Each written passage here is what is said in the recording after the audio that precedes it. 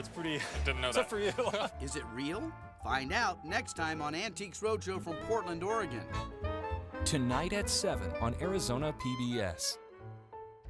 Thanks for watching Arizona PBS, a viewer-supported community service of Arizona State University.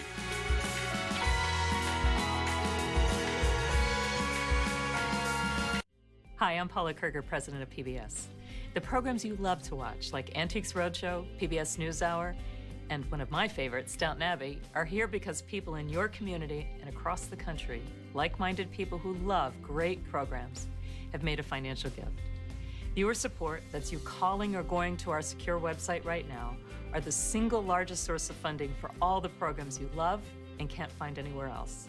Riveting masterpiece dramas, fascinating Ken Burns documentaries, and the best performing arts programs anywhere. Please, take a moment right now and fund your favorites, the programs you love to watch every week. Thanks. Coming up next on Arizona PBS, Life and World. PBS Online. Share, tweet, watch. Support for Arizona PBS comes from viewers like you and from... At Mutual of Omaha, we listen only to our customers. Not to Wall Street, not to outside shareholders. We listen to you. For over 100 years, it's how we've built honest, compassionate, and lasting relationships. And so, that's how we begin, by listening. To see how we can recommend the insurance that makes sense for you, 800-88-LISTEN or mutualofomaha.com. AARP in Phoenix thinks today should be your day. So get active and help keep Phoenix in motion, or get involved in improving your community. Take on today and every day. Learn how at aarp.org/Phoenix. From the Cronkite Studios in downtown Phoenix, this is Cronkite News. Your mission is to support the efforts of the U.S. Department of Homeland Security. Governor Doug Ducey officially deploys Arizona troops to the border for Operation Guardian Shield. Plus, the Arizona Supreme Court hands down a decision on in-state tuition for DACA students. And student activists hold town halls across the valley in hopes of finding common ground on gun control. Cronkite News starts now. Good evening and welcome to Cronkite News on Arizona PBS. I'm Fortessa Latifi. And I'm Chancellor Johnson. Thank you for joining us. Operation Guardian Shield is underway at the Arizona border tonight. Governor Doug Ducey officially deployed 225 National Guard members to support the Border Patrol along the U.S.-Mexico border. And Ducey says 113 more members will be on the way tomorrow. Nicole Gutierrez is tracking the latest. Governor Ducey told reporters that today, this operation is designed to do what Washington has failed to do for too long, secure our southern border. The National Guard troop will be stationed in both the Tucson and Yuma sectors and will be used in any support role responsibilities necessary to free up more Border Patrol agents for their primary security missions. Governor Ducey today took a stand on border safety. We had a 200% increase in traffic across the border. Ducey says the National Guard of Arizona will be at the border to support Operation Guardian Shield. President Trump's directive to send a total of 4,000 troops to the border until the wall is built. They're sent there purely for support. In other words, it's more logistics, it's surveillance, it's repairing fences, it's fixing trucks. It's doing whatever it can in a support way. It is not to apprehend undocumented immigrants. They're not to have any contact with any undocumented immigrants at all. All sides concede it's a move that's been made before, both under the Obama and Bush administrations. The people that are suffering the drug overdoses, oftentimes these products are coming over the border and through our state. The Texas National Guard is now committing 1,000 troops for deployment. New Mexico says it'll support Trump's order, but has not deployed yet.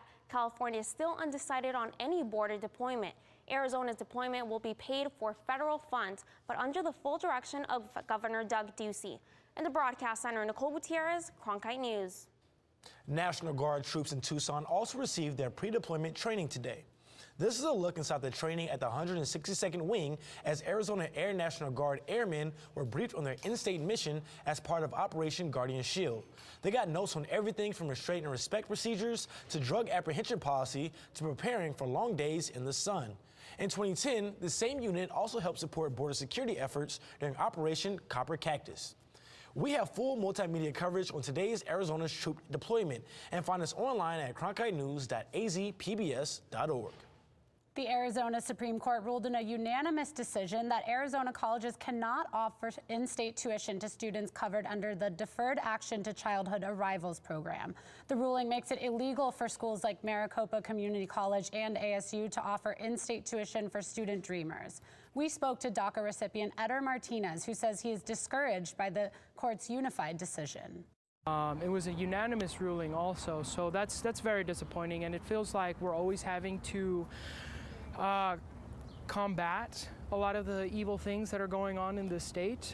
We're always having to start from even below zero, I feel like, and claw ourselves back up. Late this afternoon, we received a statement from Maricopa County Community College expressing disappointment in the court's decision, calling it troubling for the 2,000 DACA students currently enrolled. Arizona Attorney General Mark Brnovich said the court's full written opinion is expected by May 14th. As tension grows along the southern border, several representatives of Mexican presidential hopefuls visited Phoenix, discussing their take on recent developments and the impact of Mexico's next leader on the United States. Lillian Donahue reports. Muchísimas gracias por este diálogo. On Saturday night, 5 representatives for Mexican presidential candidates convened at Arizona State University. At times tense when speaking with community members about the upcoming election. Whatever happens in Mexico absolutely influences what happens in the United States. An example of that is what we saw this week with the call of the National Guard. Despite their political differences, the Mexican party leaders say the border deployment is not the right move on President Trump's part for future relations between the two countries. A la Guardia Nacional a la frontera. It doesn't seem that the answer is to invite the National Guard to the border and going after those who cross illegally. In Mexico, we don't criminalize them. No criminalizamos. The representatives were also insistent on continuing free trade and immigration reform, while criticizing Trump's stances. I'm ashamed of his perspective on North America, but it doesn't bother me because every day I see President Trump farther from the people. The event's organizing group, Chicanos por la Causa, say the forum was the first of its kind in the United States. The goal was not to promote the candidates across borders, rather educate both U.S. and Mexican nationals. Also for Mexico to take notice of Arizona and the power and the influence that we have, not only in the elections, but also in the trade. In Phoenix, Lillian Donahue, Cronkite News. Election Day in Mexico is July 1st. Voters will be electing a new president to serve a 6-year term. This morning, President Trump condemned the suspected poison gas attack in Syria and said he will make a decision on potential U.S. action in the next 2 days. Senator John McCain, a critic of the president, insinuated in a statement that Syrian President Bashar al-Assad has been motivated by American inaction. Members of Trans Queer Pueblo and Black Lives Matter's Phoenix gathered at the Phoenix Pride Parade yesterday to protest police presence at the event. Trans Queer Pueblo is a community organization that provides political, economic, and social services to undocumented LGBT people of color. The Phoenix Police Department was ordered to prevent any protesters from interrupting the path of the parade. Members of both organizations rushed the streets. After the event, Trans Queer Pueblo said it was more determined to separate from Pride and establish its own celebration. The student activists of March for Our Lives are still working on gun reform. They held 2 town halls on opposite sides of the valley this weekend. Reporter Gabriela Becerra starts our team coverage in Gilbert, where residents and lawmakers focused on solutions. Student activist Jordan Harb says gun rights advocates and gun reform supporters need to find common ground. Just in that dialogue we found we had common ground. Harb was one of the several speakers to address the crowd of 100 at an East Valley town hall. March for Our Lives organizers say out of the 10 lawmakers invited, only 4 Democrats showed up to speak on a panel. Senator Sean Bowie fears an upcoming plan from Governor Doug Ducey will not do enough to stop gun violence. What we would like to see in that plan is not currently in that draft plan. There's nothing about background checks. There's nothing about closing the gun show loophole. There's nothing about banning bump stocks. Democratic Representative Mitzi Epstein says gun control advocates also want to see more counselors in schools. We're talking about those who help with social emotional health, not just that we need more academic counselors. I think the thing is, we need to start focusing on what the problem is. A woman who identified herself as a Republican at the town hall says society is the problem, not guns. Harp thanked the woman for speaking up. Yeah, I got much farther than I have with the woman, the lovely woman who showed up today, than I have gotten with the governor and our representatives in the past month. Phoenix March for Our Lives organizers plan to register 3,000 people as voters by April 20th. That's when students across the country are organizing school walkouts on the anniversary of the Columbine school shooting. In Gilbert, Gabriela Becerra, Cronkite News. In the West Valley, people lined up one after another to raise their voices for gun reform. Cronkite News reporter Madison Miller explains why people were so passionate about gun violence prevention. Some of the people that spoke at the town hall in Glendale expressed how guns had changed their lives. Activist Catherine Broski says she has been on edge since the Parkland, Florida school shooting.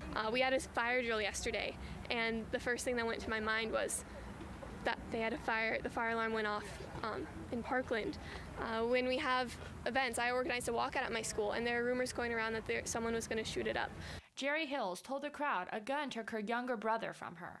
My younger brother, who was an off-duty police officer, was ambushed and murdered by a man with an assault rifle 24 years ago. Veteran James Eiler believes gun right advocates are bending the Constitution. The Second Amendment has been abused in order to propagate further gun sales and whatnot, and the level of violence, gun violence specifically, that we see has gotten out of hand. Guadalupe Espatillo is at the town hall to register people to vote. She's frustrated that a lot of people won't engage in the political process, no matter what side of the gun issues they are on. Would you like to register to vote? It's only a 3-minute process, very quick, very simple. No, not right now. And it's like, we can be the voice for them, but we're not being. Broski says March for Our Lives organization is hopeful that a rally at the Capitol in 2 weeks will drive the message home. Show up on April 20th to the Capitol for our die-in. In Glendale, Madison Miller, Cronkite News. More than 24 veterans were laid to rest this past weekend with the honor they deserve. Coming up on Cronkite News, how one group puts their efforts into honoring, finding, and identifying veterans needing a proper burial. Also, Cronkite News traveled to Puerto Rico, where some people have celebrated the return of electricity. But for one family, electricity is a matter of life or death. I'm Judy Woodruff, anchor and managing editor of the PBS NewsHour. The journalists of tomorrow face a fast-changing media landscape, but quality news remains vitally important to our communities, our country, and our world. At ASU's Walter Cronkite School of Journalism and Mass Communication, students learn solid, reliable reporting, holding the powerful accountable, and rebuilding the public's trust. The Cronkite School and Arizona PBS, preparing the next generation for a stronger future of journalism. They were lost and forgotten, but this past weekend, more than 24 veterans were laid to rest with the honor they deserve. Gabriel Gamino takes us to Marana for this moving ceremony.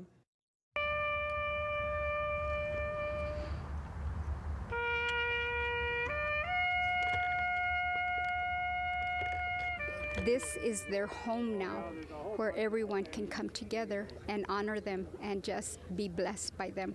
29 once unidentified and unclaimed veterans from southern Arizona now have a final resting place at the Arizona Veterans Memorial Cemetery in Marana, Arizona. The remains received full military honors, which included a last roll call. Black, John Michael, United States Marine Corps, Vietnam. And the missing man formation flyover. Antonia Gonzalez, a mother to a retired Army veteran, said, "The service is much more than veterans getting interred, but a reminder to veterans that they're not alone. The veterans need to know that they have a place and they're not forgotten, because we leave no one behind, no one. The internment of the veterans also meant much more to David DeGard, a Marine Corps veteran. It gives me closure. I've lost a lot of friends in my military time, so it helps with the healing process. The group that made this possible is the Missing in America Project, whose purpose is to locate, identify, and inter the unclaimed cremated remains of veterans throughout the nation. It's amazing how many veterans out there are died, and then they don't have anybody to take care of their remains, right? So this is amazing what the Missing in America Project does by locating these remains and then interning them, giving them full military honors. It's an outstanding effort. Founder and executive director of the project, Fred Salanti, says that the project all started for one reason. Nobody should have to pass alone after they've served our country. In Marana, Arizona, Gabriel Gamino, Cronkite News. The services are held twice a year in the spring and in the fall. Nearly 7 months after Hurricane Maria cast communities into darkness, residents in the central mountain village of Ciales have something to celebrate. Tonight, reporter Olivia Richard, who traveled to Puerto Rico, takes on one family's journey of life without power. Some families in Puerto Rico are celebrating the return of something they never thought would come back, the electricity. I spent time with one family for whom every day without power was a matter of life or death. A flow of water over here and another over there, and the living room began flooding, and so did the kitchen and everywhere, and all I was worried about was Melissa. I spent the time of the hurricane sitting on the sofa with my daughter. The entire world was sleeping and snoring, and Melissa, her brother, and I stayed up till the morning. The night Hurricane Maria swept through the small mountain town of Ciales is a moment in time Martha Rivera says she'll never forget.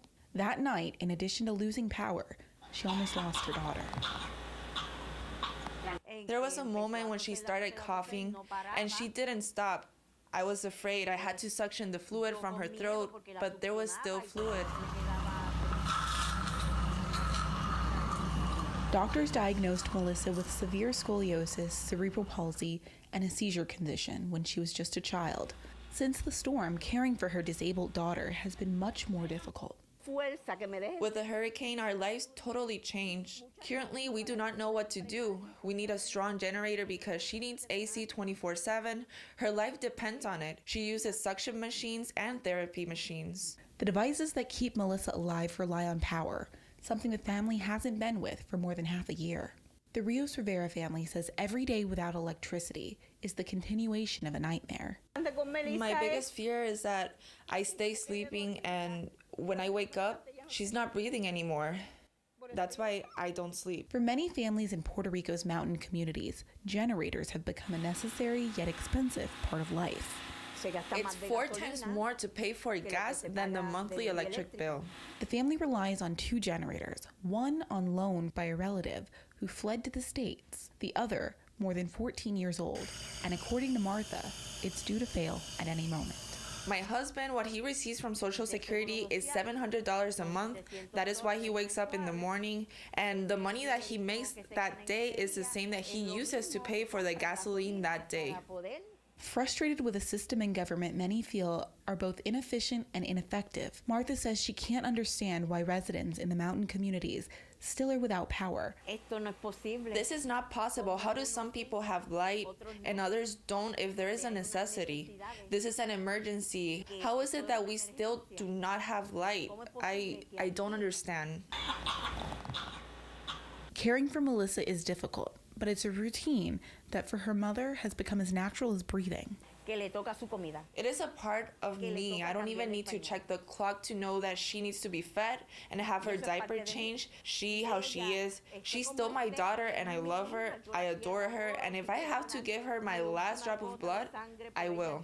Still, she prays. The first thing I do before I go to sleep is I pray. I ask God, Jesus, and the Virgin Mary for her health and for them to take care of her. I wish to have a strong generator that powers the entire house and gasoline to fuel it. But the answer to her prayers would be to have the electricity returned to her home.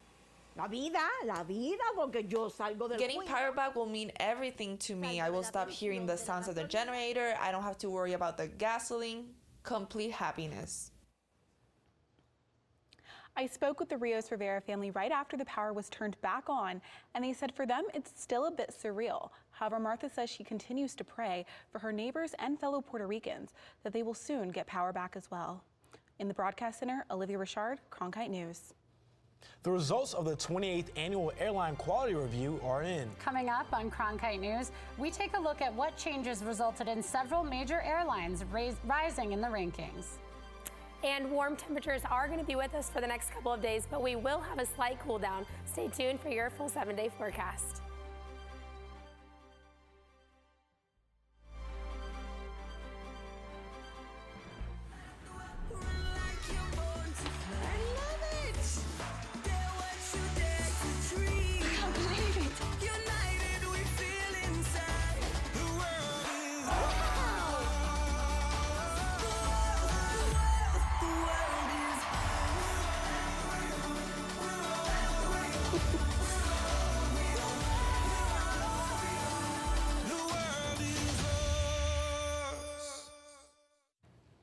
Bumped from your flight, lost your bags, your plane was late, all common complaints of air travelers, but maybe not as common as they used to be. A report today says major airline performance improved across the board last year. Ariana Bustos brings us a story from our Washington bureau.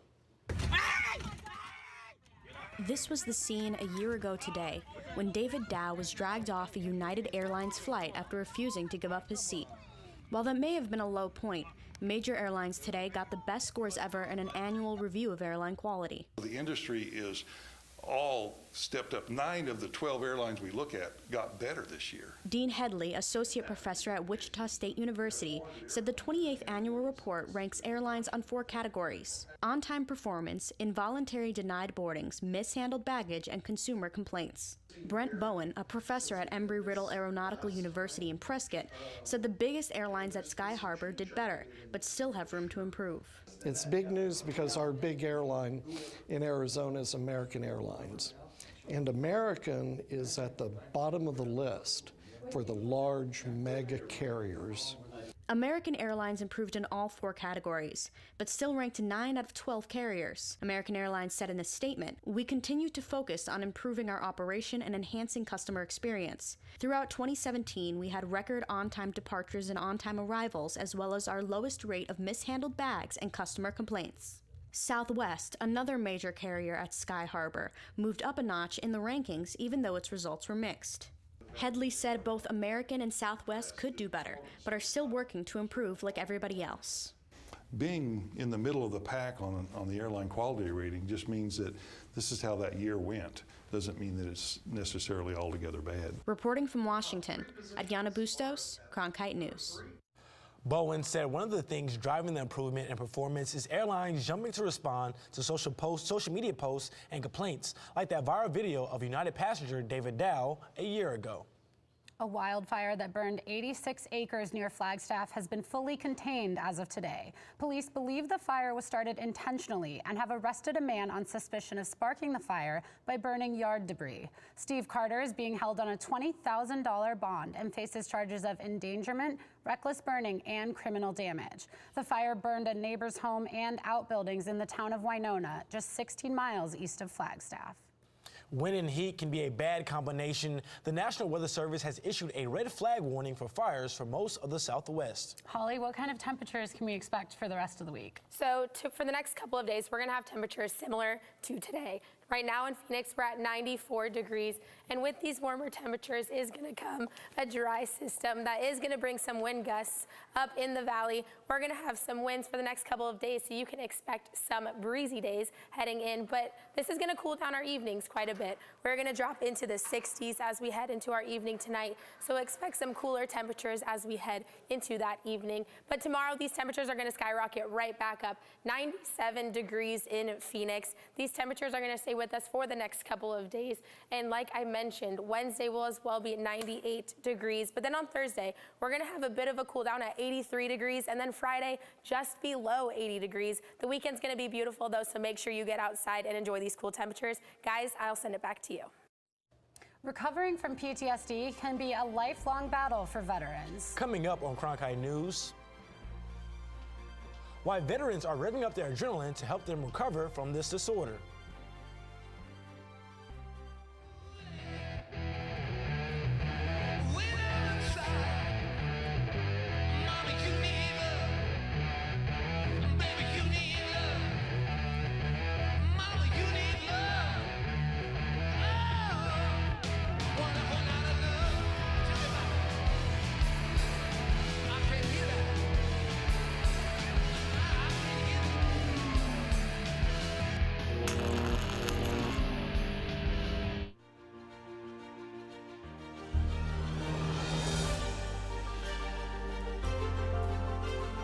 Officially from 36, and he hooks it in. Arizona State wins.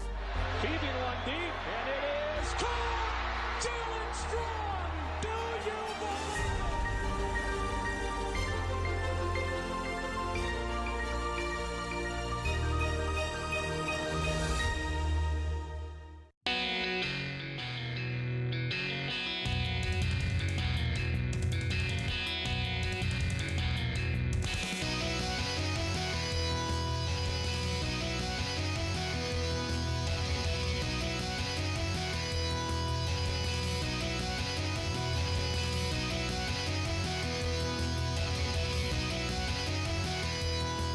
Cronkite News, weeknights at 5 on Arizona PBS. Veterans are revving up their adrenaline to help relieve the symptoms of post-traumatic stress disorder. Cronkite News reporter Amanda Slee attended Vetdrenaline's drift racing event.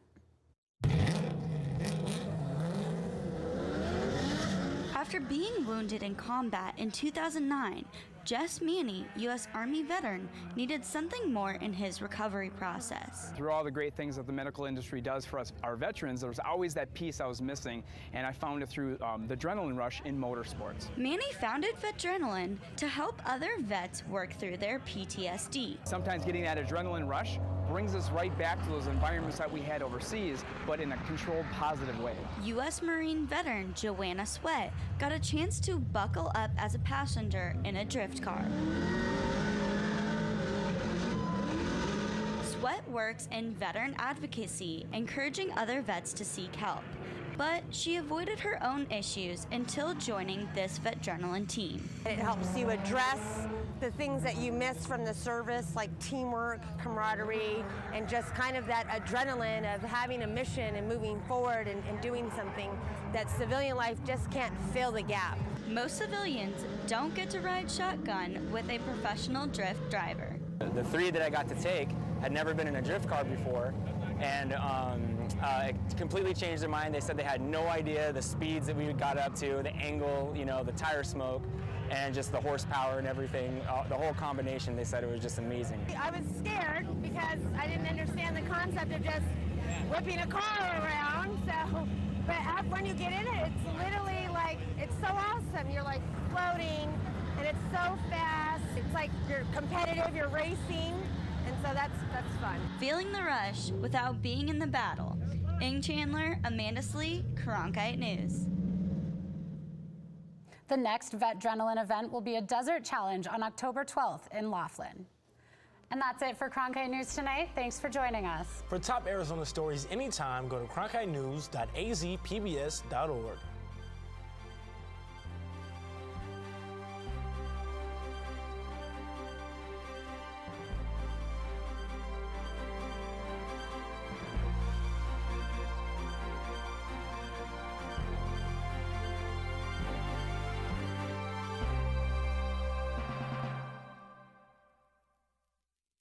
Support for Arizona PBS comes from viewers like you and from... Why did she borrow $42,000 for tuition? Why did she borrow $19,400 for room and board? Why did she borrow $1,100 for student fees and $250 for a graduation gown? She did it to work for you. And now you can do something for her with a job benefit that helps your employees pay off their student loans. Gratify.